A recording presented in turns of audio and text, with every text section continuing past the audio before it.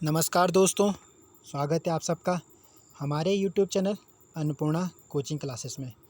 आज की जो हमारी वीडियो है ये हमारी जो नई शिक्षा नीति आई है उस पर बनाई गई है। आपके जो आने वाले एग्ज़ाम है उसमें जितने भी क्वेश्चन इस शिक्षा नीति से बन सकते हैं उस पर हमने ये वीडियो बनाई है। अगर आपको वीडियो अच्छी लगती तो प्लीज़ वीडियो को लाइक करें और शेयर करें और कमेंट करके ज़रूर बताएं कि आपको वीडियो कैसी लगी है, और एक बार चैनल को सब्सक्राइब ज़रूर करें। तो चलो वीडियो को शुरू करते हैं। तो इस शिक्षा नीति से जो आपका पहला क्वेश्चन पूछा जा सकता है वो है कि नई शिक्षा नीति 2020 का उद्देश्य क्या है, या फिर उद्देश्य क्या रखा गया है। तो जो हमारी नई शिक्षा नीति है उसका उद्देश्य रखा है भारत को वैश्विक ज्ञान महाशक्ति बनाना। इस शिक्षा नीति का उद्देश्य यही रखा गया है कि भारत को वैश्विक स्तर पर एक महाशक्ति के रूप में उभारना है, क्योंकि किसी भी राष्ट्र की नींव शिक्षा से ही आगे बढ़ाई जा सकती है। नेक्स्ट है मानव संसाधन विकास मंत्रालय का नाम बदलकर क्या कर दिया गया है। ये भी आपको बहुत इम्पोर्टेंट है। तो मानव संसाधन विकास मंत्रालय HRD मंत्रालय का नाम बदलकर अब शिक्षा मंत्रालय कर दिया गया है। और हमारे वर्तमान शिक्षा मंत्रालय के जो मंत्री हैं वो है आपके श्री रमेश पोखरियाल निशंक जी, जो कि उत्तराखंड से हैं। आगे बात करें कि नई शिक्षा नीति स्वतंत्रता के बाद से भारत में शिक्षा के ढांचे का केवल कौन सा सुधार है। तो ये क्वेश्चन पूछा जा रहा है कि अब तक कितनी शिक्षा नीति आ चुकी है। तो अब तक मात्र 3 बार शिक्षा नीति आ चुकी है। नेक्स्ट है किस वर्ष शिक्षा नीति शुरू की गई, या फिर किस वर्ष शिक्षा नीति लाई गई थी। तो जो सबसे पहले जो शिक्षा नीति लाई गई थी वो आपकी लाई गई थी 1968 में राजीव गांधी जी के समय। दूसरी जो शिक्षा नीति आई थी 1986 में इंदिरा गांधी जी के समय। और जो तीसरी हाल ही में जो शिक्षा नीति आई 2020 में वो आपके नरेंद्र मोदी जी के टाइम पे आई गई है।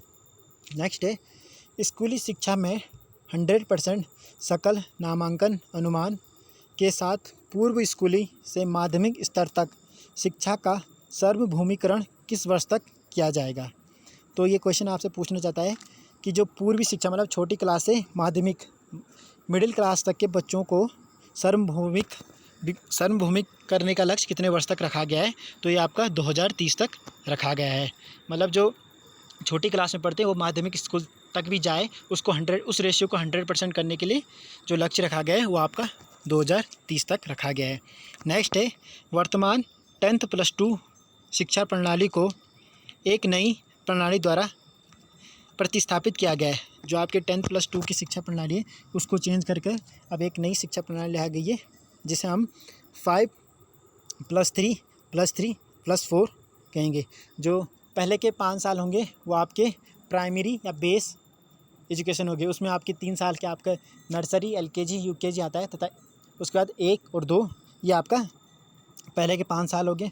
उसके बाद जो दूसरे के 3 साल हो गए वो आपके हो गया क्लास 2, क्लास 3 और क्लास 5, ये आपका +3 हो गया। उसके बाद का जो आपका +3 है वो आपका 6th 7th और 8th है।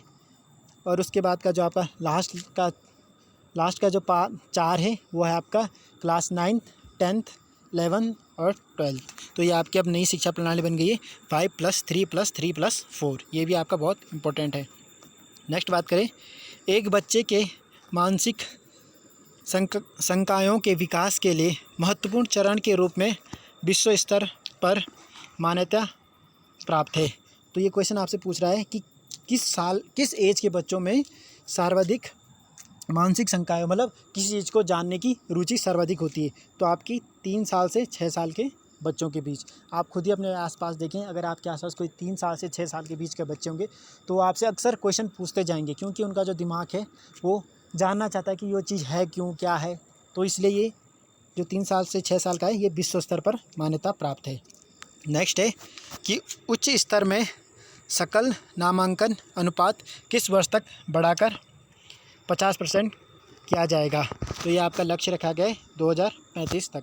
मतलब इसमें कहा गया है कि आपकी जो हायर एजुकेशन में उनमें नामांकन को 50% करना है। हायर एजुकेशन मतलब 12th प्लस के बाद की जो पढ़ाई है आपकी ग्रेजुएशन पोस्ट ग्रेजुएशन, उसको 50% करना है, जो अभी मात्र 22 से 23% के बीच है। नेक्स्ट है, किन 2 क्षेत्रों को छोड़कर सभी उच्च शिक्षा धाराओं में एक एकल नियामक होगा। मतलब 2 क्षेत्र हैं जिन्हें छोड़कर जितने भी क्षेत्र हैं आपके, वो एक ही आयोग के अंतर्गत आएंगे। तो आपकी कानून और मेडिकल, मतलब जो आपके डॉक्टर्स होंगे और जो आपके लॉ वाले होंगे, वकील, उनको छोड़कर जो सारे भी क्षेत्र हैं वो एक ही नियामक के अंदर आएंगे। नेक्स्ट है, ये आपके 2 स्टेटमेंट है, ये डायरेक्ट ही पूछे जा सकते हैं आपको कि मातृभाषा या क्षेत्रीय भाषा में कम से कम 5वीं कक्षा तक पढ़ाना है। तो आपसे डायरेक्ट ही पूछ सकते हैं कि कितनी कक्षा तक मातृभाषा में पढ़ाया जा सकता है, तो आपका 5वीं कक्षा तक। नेक्स्ट है, किसी भी छात्र को कोई भी भाषा आरोपित नहीं की जाएगी। ये दोनों स्टेटमेंट आपके सही है। जो दूसरा स्टेटमेंट कहता है कि आप किसी भी बच्चे को आप ये फोर्स नहीं कर सकते हो कि अब तूने इंग्लिश में ही पढ़ना है या तूने हिंदी में पढ़ना, जिस मर्जी में उसके पढ़ने की इच्छा होगी, अब आपको उसी भाषा में उसे पढ़ाना होगा। नेक्स्ट बात करें, नई शिक्षा नीति 2020 में किस शैक्षणिक पाठ्यक्रम को समाप्त कर दिया गया है। तो जो नई शिक्षा नीति आई है उसमें एमफिल को समाप्त कर दिया गया है। एमफिल आप मास्टर डिग्री लेने के बाद आप एमफिल करते हैं और फिर उसके बाद आप पीएचडी के लिए जाते हैं, पर अब ऐसा नहीं होगा, आप मास्टर डिग्री के बाद डायरेक्ट पीएचडी कर सकते हैं। आगे बात करें, पूरी उच्च शिक्षा के लिए एकल क्षत्रिय निकाय के रूप में स्थापित किया गया है। तो मैंने ऊपर ही बताया था कि वकील और डॉक्टरों को छोड़कर सारे जो एजुकेशन क्षेत्र है वो एक ही क्षेत्र में आ जाएंगे। वो होगा आपका भारत का उच्च शिक्षा आयोग, higher education commission of India. अब सब कुछ इसके अंतर्गत आएगा। नेक्स्ट बात करें, राष्ट्रीय उच्च स्तर शिक्षा नियामक परिषद जो आपका NHERC है, ये किस चीज़ की देखरेख करेगा। तो ये आपकी बनाई गई है विनियमन के लिए। नेक्स्ट है, सामान्य शिक्षा परिषद GEC, ये आपका होगा मानक सेटिंग के लिए। उसके बाद उच्च शिक्षा अनुदान परिषद HEGC, ये आपका होगा वित्त पोषण के लिए। नेक्स्ट है कि शिक्षा किस विषय सूची में रखा गया है।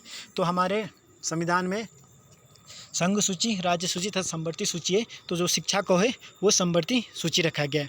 मतलब शिक्षा पर राज्य और केंद्र दोनों ही कानून बना सकते हैं, वही समवर्ती सूची है। पर अगर दोनों राज्य और केंद्र में मतभेद होता है तो जो केंद्र का कानून होगा वही माना जाएगा। तो आपकी जो शिक्षा है वो आपकी समवर्ती सूची में आती है। नेक्स्ट है, छात्रों के आंकलन के लिए कौन सी राष्ट्रीय मूल्यांकन केंद्र बनाया गया है। तो जो छात्रों का आंकलन करेगा उसके लिए एक मूल्यांकन केंद्र बनाया गया है, उसका नाम रखा गया है परख। इस बात का आप ध्यान रखें, ये भी बहुत इंपॉर्टेंट है कि कौन सा मूल्यांकन केंद्र बनाया गया है। तो वो बनाया गया आपका परख। नेक्स्ट बात करें, नई शिक्षा नीति 2020 कितने वर्ष पुरानी शिक्षा नीति को प्रतिस्थापित करेगी। तो आपकी जो नई शिक्षा नीति आई है वो 34 साल पुरानी जो शिक्षा नीति है 1986 की, उसको परिवर्तित करेगा। आगे है, 1986 की शिक्षा नीति में बदलाव कब किया गया था। तो जो आपकी 1986 की शिक्षा नीति है उसमें 1992 में थोड़ा बहुत बदलाव किए गए थे, पर वो उतनी ज़्यादा फ़ायदेमंद नहीं हुई। नेक्स्ट है, किस अध्यक्ष की अध्यक्षता में विशेषज्ञों की एक समिति ने नई शिक्षा नीति 2020 का मसौदा तैयार किया है। ये आपका बहुत ही इम्पोर्टेंट क्वेश्चन है कि कौन सा व्यक्ति था जिसकी समिति ने 2020 की शिक्षा नीति लाई है।